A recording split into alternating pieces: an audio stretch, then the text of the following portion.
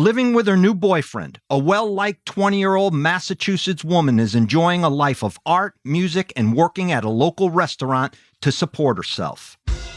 When her boyfriend arrives home one night after work and finds a window smashed and the door wide open, he enters the apartment slowly, thinking something feels very much off. Moments later, what he sees inside the kitchen is an image that will haunt the guy for the rest of his life.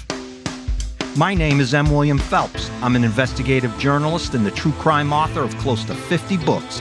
I've dedicated the past 20 years of my life to helping families of the missing and murdered. Join me. We're crossing the line.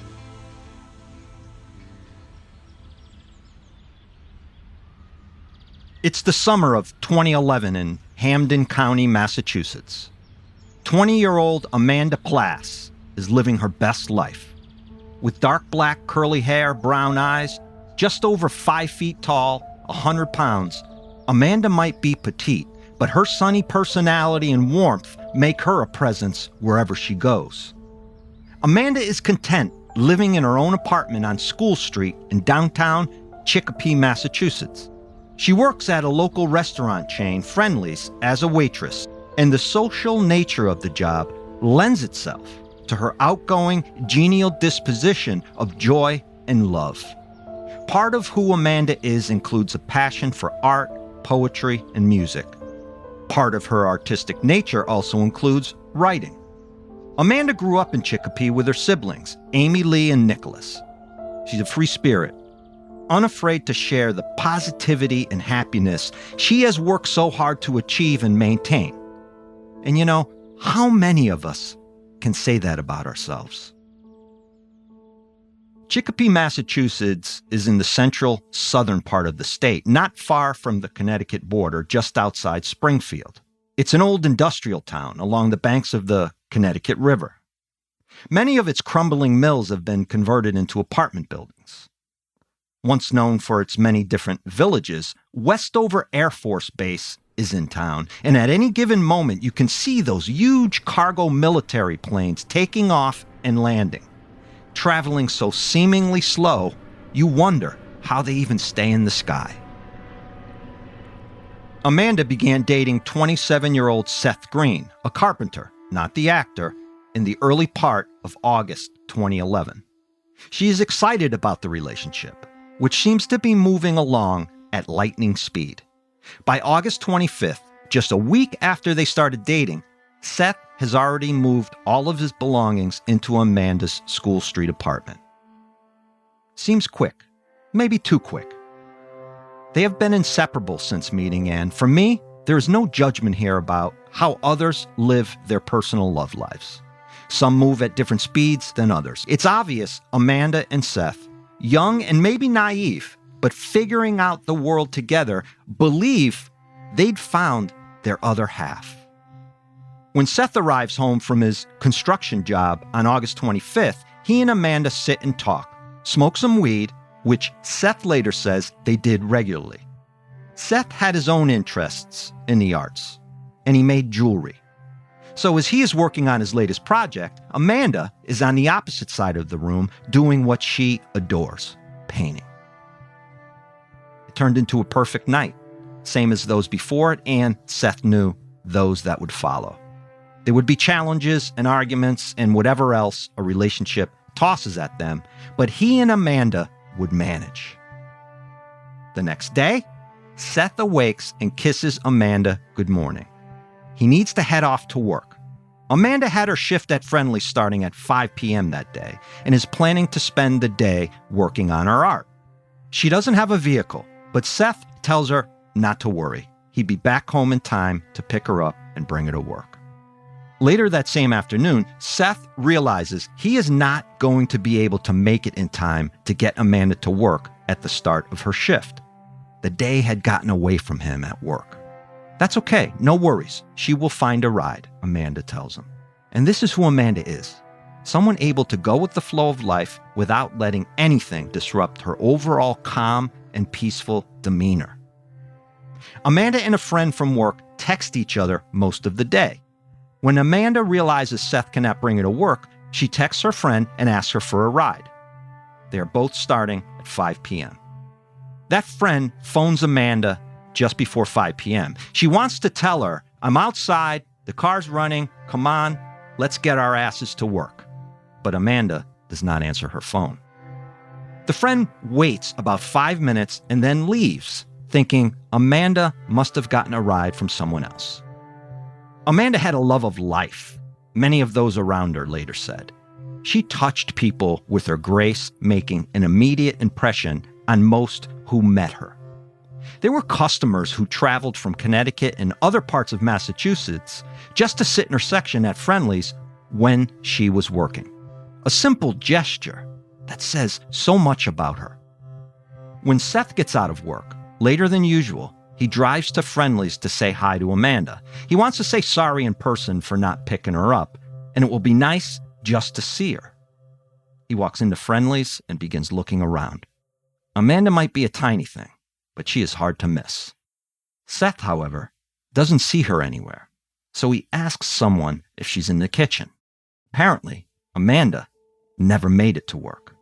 That's odd, he thinks. Amanda doesn't miss work. Seth drives from the Friendly's to his grandmother's house along the way, stops and says hello.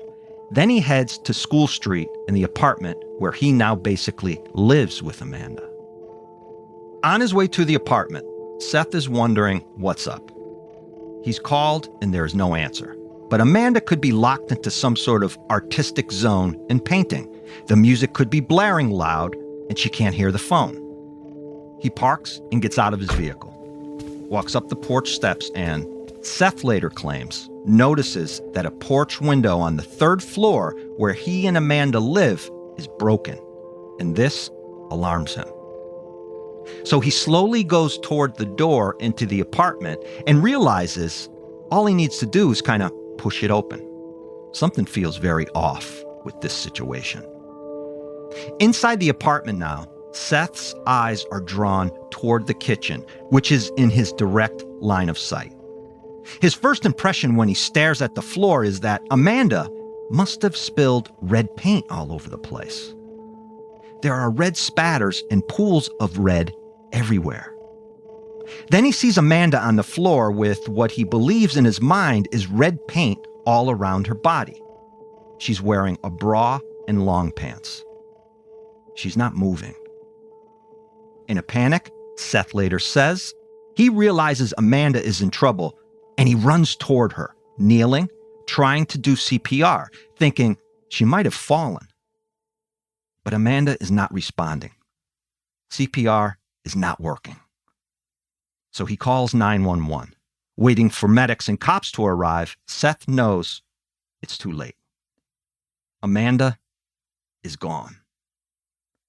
Later, Seth explains how, as he was roaming around the apartment looking for some sort of answer as to what had happened, he noticed that a knife he had left on the coffee table in the living room is missing, as well as a bag of weed he left alongside it. The troops then arrive. Cops, EMTs, crime scene people, and detectives. As one investigator enters the apartment, he asks where the boyfriend is. You'd have to start there. Not only is Seth the new boyfriend, but he also discovered Amanda's body. And from what an early examination of Amanda's body indicates at the scene, this murder is entirely intimate and personal. Amanda had been beaten in the face, head, and shoulders. She had scrapes and injuries to her neck, face, chest, and abdomen, including 6 stab wounds and 2 slashes to her neck from her chin down to her collarbone.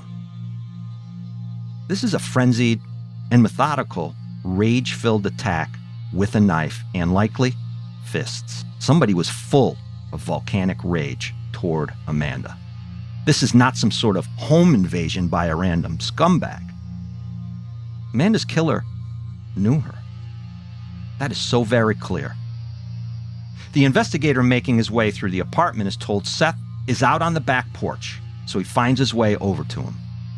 Seth Green is on the ground, in the fetal position, bawling, his body shaking, his eyes closed. The dude is destroyed. Let's take a quick break right here. please subscribe to Crossing the Line wherever you get your podcasts. Don't forget to leave a review of the show, especially on Apple Podcasts. I'm doing this show independently now, free from any corporate or big podcasting media company involvement, which allows me to bring you more of the content you want to hear and have asked me for. This is completely our show. Reviews and subscriptions really help. You are my public relations and social media team now, and without your help, I could not do this. And that support, I must tell you, means everything.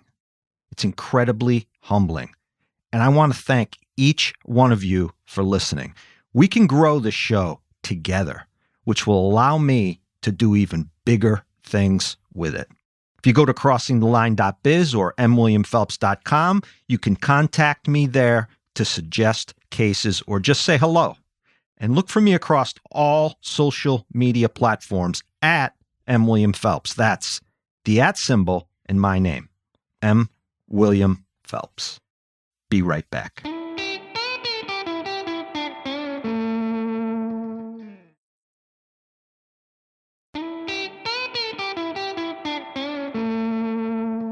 I had once looked deeply into this case as a potential book project.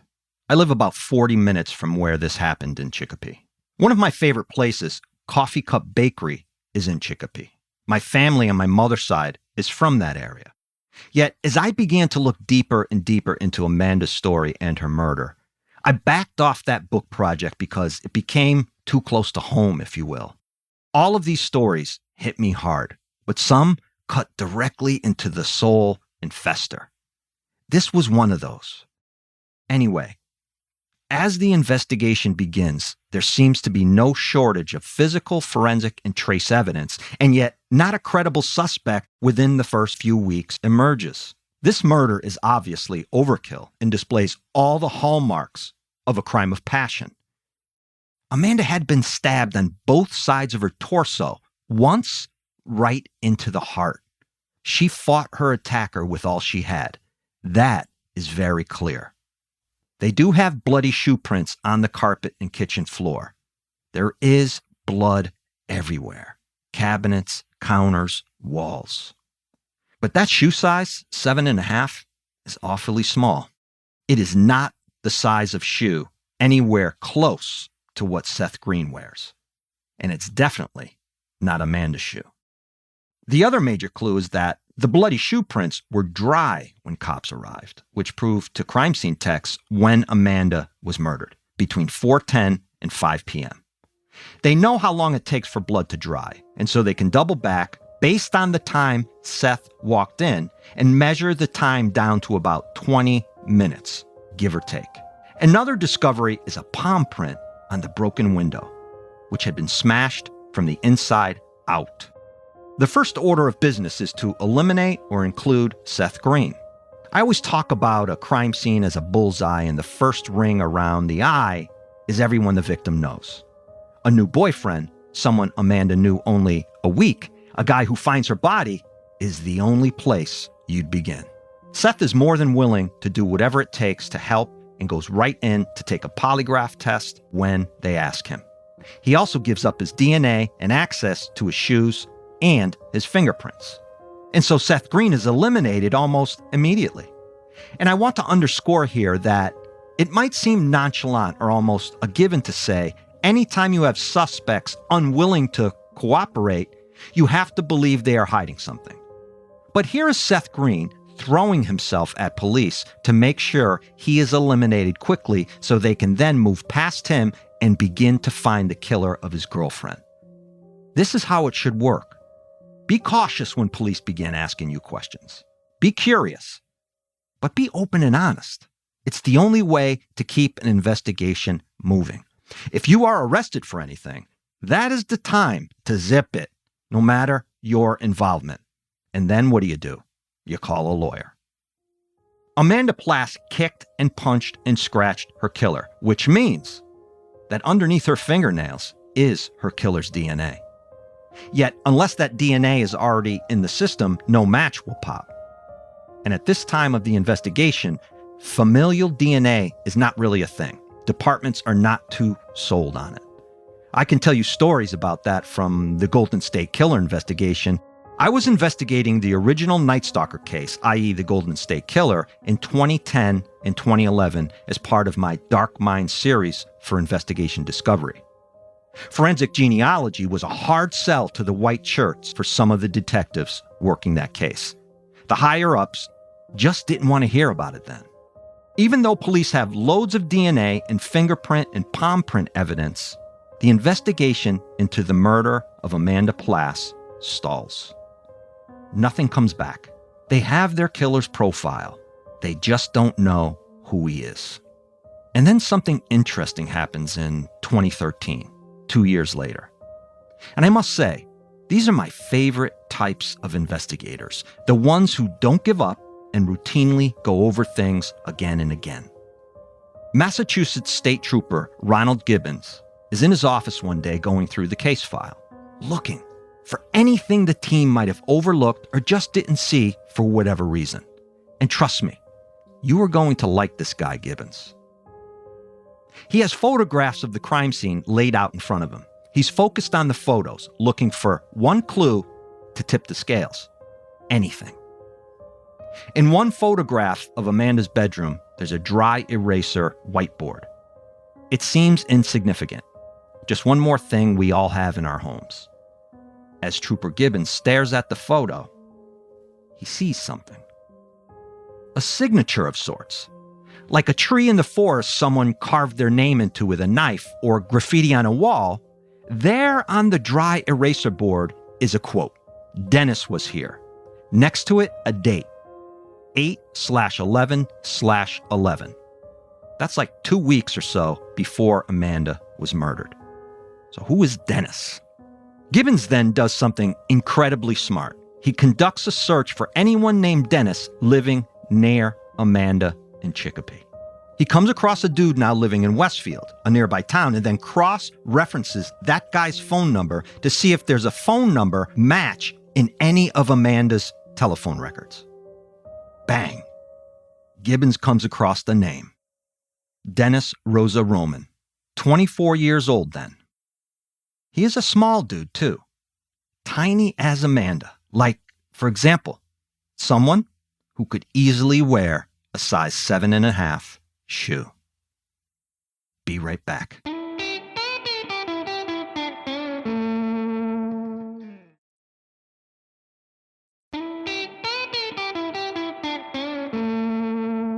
Dennis Rosa-Roman is a slimy, squeaky son of a bitch. All of about 5 feet tall, maybe 120 pounds, as they say, soaking wet. He has short-cropped, kinky black hair and this Salvador Dali-type, slick-looking, pencil-thin mustache, and the absolute look of hatred beaming from his dark eyes. Investigators ask Amanda's family if she had ever mentioned anyone named Dennis, and no one can recall the name, which was why Trooper Gibbons did that search in the area for anyone named Dennis. Turns out, Dennis Rosa-Roman lived 3 blocks away from Amanda at the time of her murder. Roman also has a long felonious history of breaking and entering. Yet he had never left a print during those earlier crimes, which was why he evaded cops for 2 years. So they find Rosa and approach him. It's October 29th, 2013. Can we talk to you about a woman named Amanda? Gibbons says. Sure. Do you know her? I do. I used to sell her weed. They ask him what size shoe he wears. 7.5, he says. Ever been inside Amanda's apartment in Chicopee? Nope. And you know what? I think it's time I go now, he says. No worries. You're not under arrest. Free to leave. But Rosa agrees to go into the station for a formal interview in a few days. Walking away, Rosa discards a cigarette he was smoking during that little chat with the state police. Not a smart thing to do if you're a killer. Gibbons walks over and puts the butt into an evidence bag. When Rosa is interviewed later, he says he remembered something. Amanda telling him that she'd had a series of break-ins at her apartment over a few months' time. How about that? They show him the photo of that eraser board. Did you write that? Yes, he says. But you said last time we spoke that you never went inside her apartment. You know, Rosa says, I was there that day. I actually tried to save Amanda from her killer. I never came forward because I fear the guy, and he knows who I am. Well, this is a complete twist for investigators. And DNA underneath her fingernails, which matches that cigarette butt you discarded? Dennis? How does that happen? Needless to say, Dennis rosa-roman is lying. He killed Amanda and is now making up some story about trying to save her by fighting off her attacker. Dennis rosa-roman is arrested in November 2013 and charged with Amanda's murder. He pleads not guilty. It takes another 3 years to get him inside a courtroom, which I'll explain why in one moment. After an 8-day trial and about 6 hours of deliberation, he's found guilty in July 2016 and sentenced to life without the possibility of parole. One of the reasons it took so long to bring Roman to trial is an unnerving part of this story that spawns Amanda's Law in Massachusetts. You see, 2 Chicopee police officers, first on the scene of Amanda's murder, both of whom were assigned to guard the door, snapped photos of her body on their cell phones and shared those photos with other officers and, get this, several coaches they knew from youth football. Now, we all know where those photos ultimately wound up. Right, online, which is disgusting and beyond insensitive to the victim and her family.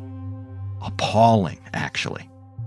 The officers get a slap, basically, and had to work several shifts without pay, poor guys, but were otherwise unpunished, which I find reprehensible. They should have been fired on the spot. It's unforgivable. Amanda's family sues the city and are awarded a lousy $100,000. Peanuts for their emotional distress. Takes time, but by August 2022, Amanda's family fought like hell and were able to get a bill passed in Massachusetts, making it against the law now for first responders to take unauthorized photos of crime scenes. The law makes it a crime punishable by up to a year in jail and a $2,000 fine. Body cams and photos taken as evidence are exempt.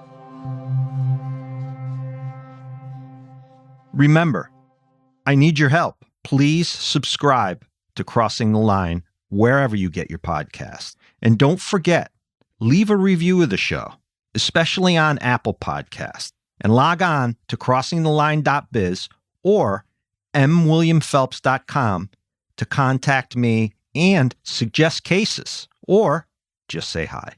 And look for me across all social media platforms using the @ symbol and my name, M. William Phelps. Thank you for supporting this show. I am allowed to do it because of you, and that truly means more to me than I can say. That's it for this week. Be safe. Be aware.